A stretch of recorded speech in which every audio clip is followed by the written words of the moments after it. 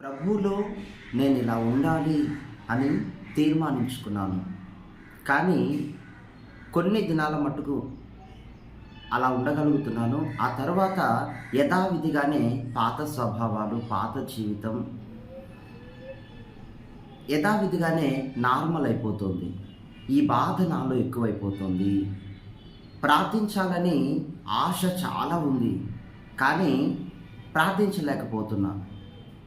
దేవుని వాక్యం చదవటానికి ఎంతో సమయం ఉంది, కానీ దేవుని వాక్యాన్ని దాహంతో చదవలేకపోతున్నాను.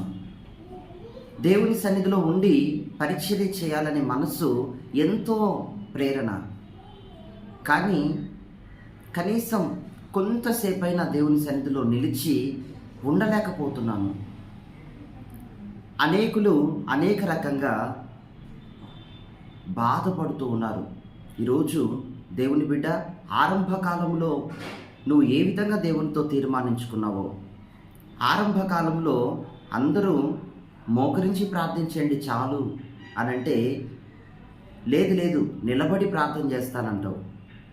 ఆరంభకాలంలో భక్తి వైరాగ్యం ఎక్కువే, కానీ రాను రాను రాను రాను ఏమైందో. కానీ ఉదయకాలం దేవుడు నీతో అంటున్నాడు, ఇక మారవా? నిన్ను నీవు మార్చుకోవా? ఏదో ఒకటి హృదయంలో పెట్టుకొని ఇట్లా బాధపడుతూనే ఉంటావా? సరైన జీవితం చేయటానికే నేను నిన్ను పిలిచాను. ఆశీర్వాదానికి కర్తలగటానికి నేను మిమ్మల్ని పిలిచాను అంటూ మిమ్మల్ని సవరించడానికి ఉదయకాలం దేవుడు ఇష్టపడుతూ ఉన్నాడు. కొందరి మనసు చెదిరిపోయి ఉండొచ్చు, కొందరి మనసు తడబాటుతో ఊగిసలాడుతూ ఉండొచ్చు. అందుకే మీకు అవసరమైన ఒక వచనము చేత దేవుడు మీతో మాట్లాడుతున్నాడు. బైబిల్ గ్రంథంలో నుండి 2వ తిమోతి 2వ అధ్యాయం 13వ వచనంలో, మనము నమ్మదగని వారమైనను దేవుడు నమ్మదగిన వాడుగా ఉన్నాడు. ఒకవేళ ఈరోజు నువ్వు దేవుని క్రమాలలో సుస్థిరంగా ఉండాలన్నా, మీలో ఉన్న విశ్వాసాన్ని శక్తివంతంగా మార్చుకోవాలన్నా, ఈ వచనము పరిశుద్ధాత్మ దేవుడు నీకు ఇస్తూ ఉన్నాడు.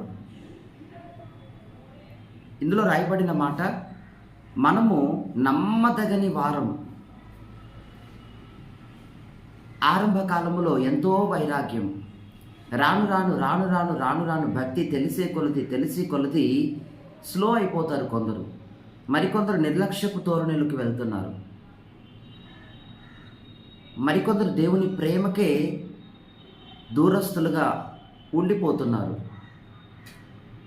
అందుకే దేవుని వాక్యం అంటుంది, మనము నమ్మదగని వారమే, కానీ దేవుడు నమ్మదగిన వాడుగా ఉన్నాడు. చాలా అనుభవం గల, ఒక 50 ఏళ్ళ అనుభవం గల ఒక దైవజనులు నాతో మాట్లాడినప్పుడు నేను అడిగాను, ఆత్మీయ జీవితంలో ఇలా వెనకబడటానికి, సన్నగిల్లిపోవటానికి గల కారణం ఏమిటి అని. ఆయన అన్నారు ఒకటే మాట, దేవుడు నమ్మకమైన దేవుడు, మనుషులు నమ్మదగిన వారు కాదు. అందుకే దేవుని తట్టు చూచేవారే అంతం వరకు, కడవరకు నిలుస్తారు, కానీ పరిస్థితుల వైపు, ప్రతికూలతల వైపు, బలహీనతల వైపు చూసేవారు అంతము వరకు సహవాసములో ఉండలేరు. ప్రతి వ్యక్తిలో ప్లస్లు మైనస్లు ఉంటాయి. ఒకవేళ దేవుని సేవకులు కావచ్చు, ఒకవేళ విశ్వాసులు కావచ్చు, సంఘము కావచ్చు, సేవకులు కావచ్చు, ఒకవేళ ఫ్రెండ్స్ సర్కిల్ కావచ్చు, కాలేజీ లైఫ్ కావచ్చు, ఎక్కడైనా కానీ మనం ప్రయాణించేటప్పుడు ప్లస్లు మైనస్లు ప్రతి వ్యక్తిలో ఉంటూ ఉంటాయి. ప్లస్ తీసుకోవాలి, మైనస్ దేవునికి సమర్పించి, నీకు ఓపిక ఉంటే, నీకు చేత అయితే నువ్వు ప్రార్థన చేయాలి. అంతేగాని వాళ్ళలో మైనస్ ఉంది, నేను అక్కడికి వెళ్ళను, వాళ్ళలో ఈ మైనస్ నాకు కనబడింది అంటే, నీలో ఎన్ని మైనస్లు ఉన్నాయో, ప్రతి వ్యక్తి బలహీనుడేనని దేవుని వాక్యం తేల్చి చెప్తూ ఉంటే, నువ్వు ఇంకా వీళ్ళు బలహీనులు, వాళ్ళు బలహీనులని ఇరుముట్టి వీళ్ళెవరు వాళ్ళెవరు అన్నట్లుగా గేమ్స్ ఆడుతూ కూర్చుంటున్నావు. కానీ ఉదయకాలం ఎంతో స్పష్టంగా దేవుడు నీతో మాట్లాడుతున్నాడు, మనుషులు నమ్మదగిన వారు కాదు, దేవుడు మాత్రమే నమ్మదగినవాడు. ఆమె ఆరంభ కాలంలో ఎంత భక్తి అండి. గట్టిగా ప్రార్థన చేయండి బిగ్గరగా అంటే నిలబడి ప్రార్థన చేస్తామంటారు. అందరూ కూర్చొని వాక్యం చదవండి అని అంటే లేదు లేదు నేను మోకాళ్ళ మీద చదువుతాను అంటారు. అంతా ఎక్కువే ఎక్కువే ఎక్కువే ఎక్కువే. మరి ఆ ఎక్కువ అలాగే కంటిన్యూ అవ్వాలి కదా. మరి ఎందుకు తగ్గిపోవటం భక్తిలో? అందుకే దేవుడు అంటాడు, మీరు వెచ్చగానైనా ఉండండి లేదా చల్లగానైనా ఉండండి, నులివెచ్చని స్థితిలో ఉండొద్దు, భక్తిహీనులు కావద్దు. అట్లా భక్తిలో టాప్ రేంజ్లో అయినా ఉండండి, లేదా అసలు ఏ భక్తి లేకుండా నామకార్థ దశలో కన్నా వెళ్ళిపోండి. కానీ నులివెచ్చని స్థితిలో మాత్రం ఉండదు, అది డేంజర్ అంటాడు. ఇంకా వాక్యంలో మనం చూస్తున్నప్పుడు బైబిల్ అనేక మంది జీవితంలో రాయబడింది. పాపాత్మురాలైన స్త్రీ యేసుప్రభు దగ్గరికి అంతగా రాళ్లతో కొట్టబడి ఇక కొట్టి చంపబోయే అంతలో యేసుప్రభు దగ్గరికి వస్తే యేసుప్రభు అంటాడు, ఆయన సిద్ధాంతం చూడండి, అమ్మా ఇక పో, ఇక పాపం చేయొద్దు, ఇక జాగ్రత్తగా ఉండి ఇక పాపం చేయొద్దు, దేవుని నమ్ముకో పో అని పంపించేస్తాడు. కానీ ఒక టైంలో యేసుప్రభుతో పాటు తిరిగిన శిష్యులు ఓడలో ప్రయాణం చేస్తూ ఏదో అపాయం వచ్చి గట్టి గట్టిగా వెర్రి కేకలేస్తూ ఉంటే ఆ టైంలో దేవుడు అంటాడు, సమస్త వాతావరణాన్ని దేవుడు నిమ్మలపరిచి అంటాడు, మీ విశ్వాసం ఎక్కడా అని కోప్పడతాడు ఆయన. అల్ప విశ్వాసులారా అంటే క్రైస్తవ జీవితంలో మనం నిండి ఉండేవారుగా ఆత్మీయతతో ఉండాలి తప్ప అరాకొరగా ఉండి కేకలు పెట్టి అవిశ్వాసాన్ని వెల్లడిపరిచేవారుగా ఉండకూడదని దాని అర్థము.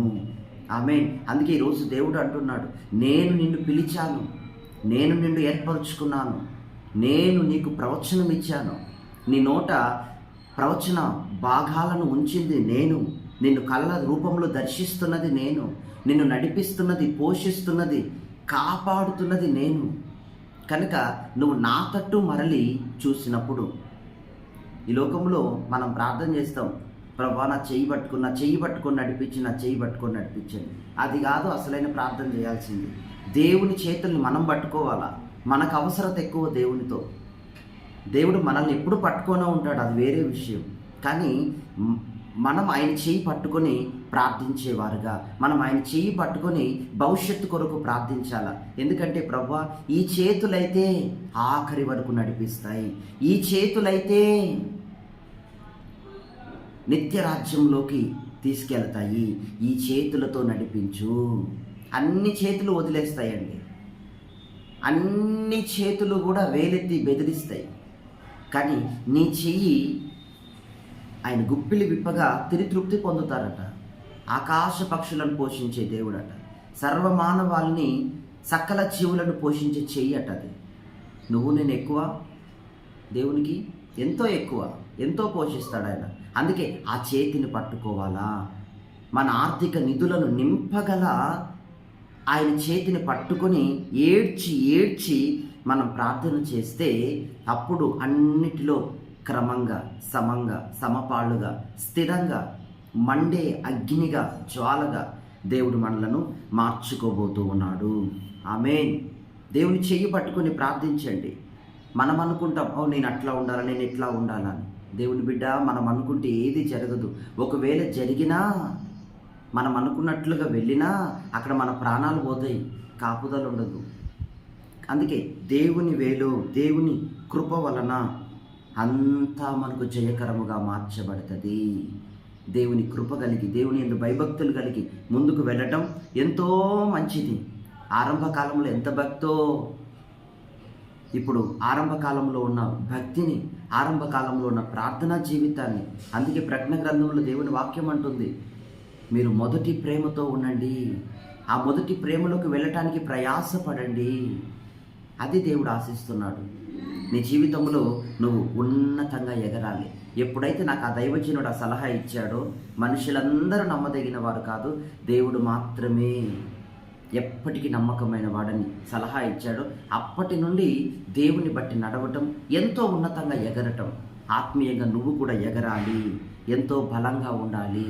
విడువను ఎడబాయును అనే మాటలు బంధువులు లోకంలో ఎవరైనా నీతో చెప్పారా? దేవుడు తప్ప. ఆమేన్. దేవుడు ఆఖరి వరకు నడిపించే దేవుడు. దేనికి భయపడవద్దు. అన్నిటిలో దేవుని మార్గంలో నిలిచి ఉంటే వచ్చే ఆశీర్వాదాలు ఎవరు కాదనలేరు. మహాపరిశుద్ధుడా, జీవం గల తండ్రి, ఎందరూ ఉదయకాలం ఈ వచనాలను వింటున్నారో అందరి జీవితాలను ఆశీర్వదించండి. ఆరంభ కాలంలో ఎంతో భక్తి, ఎంతో తీర్మానం, ఎంతో వైరాగ్యం, ఎంతో కఠినంగా భక్తిలో నడిపించబడి అయ్యా రాను రాను రాను రాను మనిషి యొక్క ప్లస్లు మైనస్ల వలన, అయ్యా సేవకుల యొక్క ఏదో తెలియని మైనస్ల వలన స్తోత్రం అనేకులు చెడిపోతున్న వారుగా, మనస్సు మార్చుకొని లోకములు కలిసిపోయేవారుగా ఉన్నారు.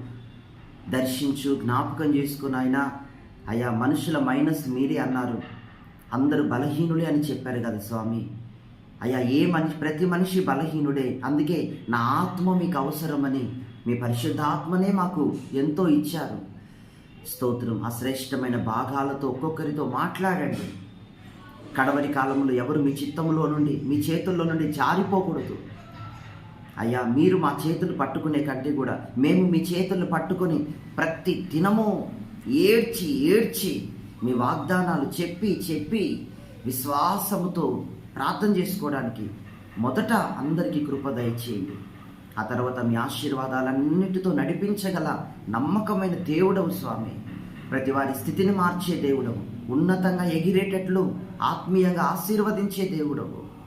మీ గుప్పిలి విప్పగా తిని జీవరాశులు తృప్తి పొందుతున్నాయి. అయ్యా మేము కూడా అందులో తృప్తి పొందటానికి కృప దయచేయండి. ఈ వచనాలను వింటున్న ప్రతి బిడ్డని ఉదయకాలం ఆశీర్వదించండి. యేసు నామములో ప్రార్థిస్తున్నాం తండ్రి. ఆమేన్. God bless you. దేవుడు మిమ్మల్ని రీతిగా ఆశీర్వదించును గాక. ఆమేన్.